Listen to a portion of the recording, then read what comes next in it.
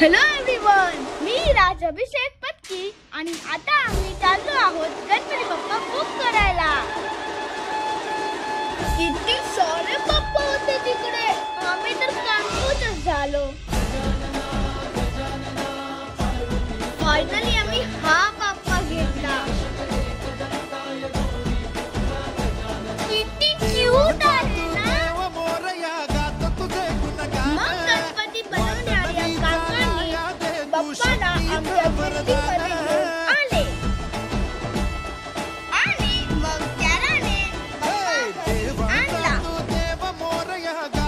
घरी आल्यावर माने बाप्पाला ओवाळलं आणि टीका लावून स्वागत केलं।